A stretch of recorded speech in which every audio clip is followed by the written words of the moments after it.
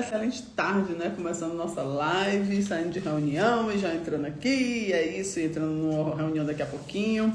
Glória a Deus, né? Então nós vamos dar aquela nossa paradinha, porque, gente, às vezes de manhã eu tô numa rotina tão puxada de horário que eu não tenho muito tempo para ficar na live. Eu não quero fazer aquela live corrida, né? Eu quero ter tempo de qualidade aqui com vocês, certo? Então, é o horário, às vezes, no meu dia que eu consigo dar essa parada para fazer a live aqui, tá? Hoje nós vamos para a leitura de 2 Reis 9, que fala: a palavra de Deus pode demorar, mas nunca falha. Glória a Deus, irmão, aleluia. Dê aí.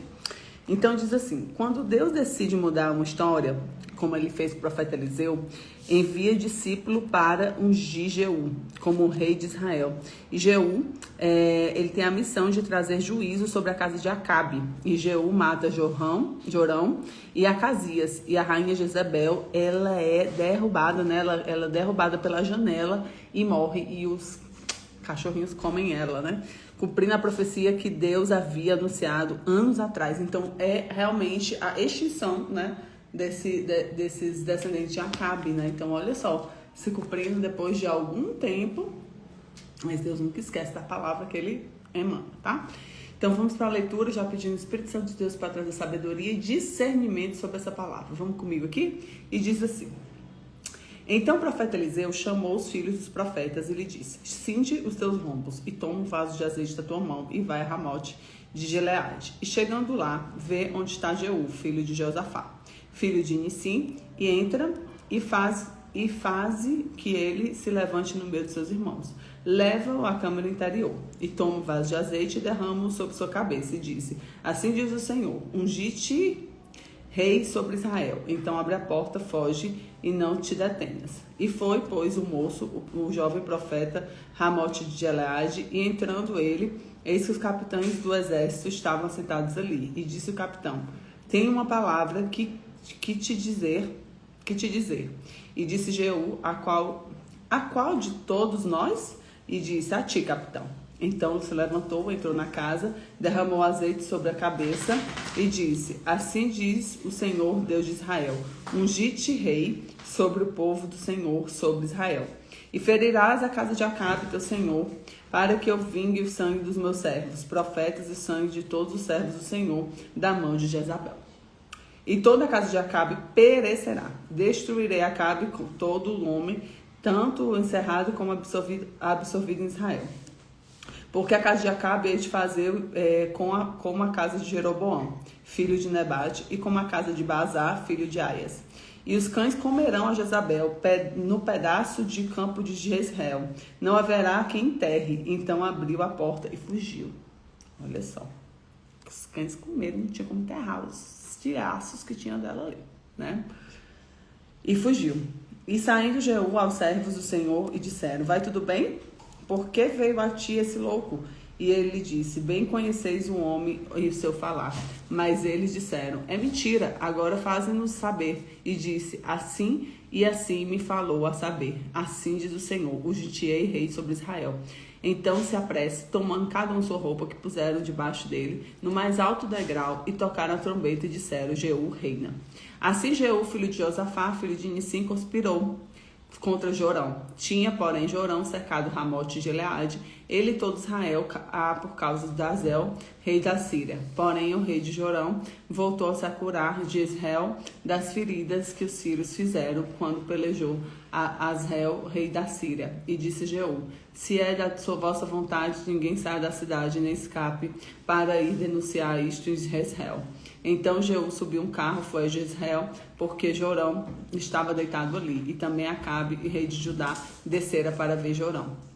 E o Atalaia estava na torre de Jezreel e viu a tropa de Jeú que vinha e disse: veio a tropa. Então disse Jorão: toma um cavaleiro e envia-o ao encontro e diga: a paz?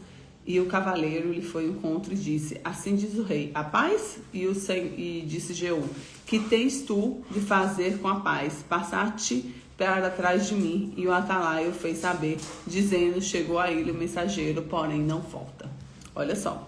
Então enviou outro cavaleiro, chegando a eles, e disse: assim diz o rei: a paz? E disse Jeú: que tu tens que fazer com a paz? Passar-te passaste para trás de mim. E o atalaio fez saber, dizendo, também chegou a eles, porém não voltas a andar, parece com o andar de Jeú, filho de Nissim, porque anda furiosamente. Então disse Jorão, aparelhe o carro, e aparelharam o seu carro. E saiu Jorão, o rei de Israel, e Acasias, rei de Judá.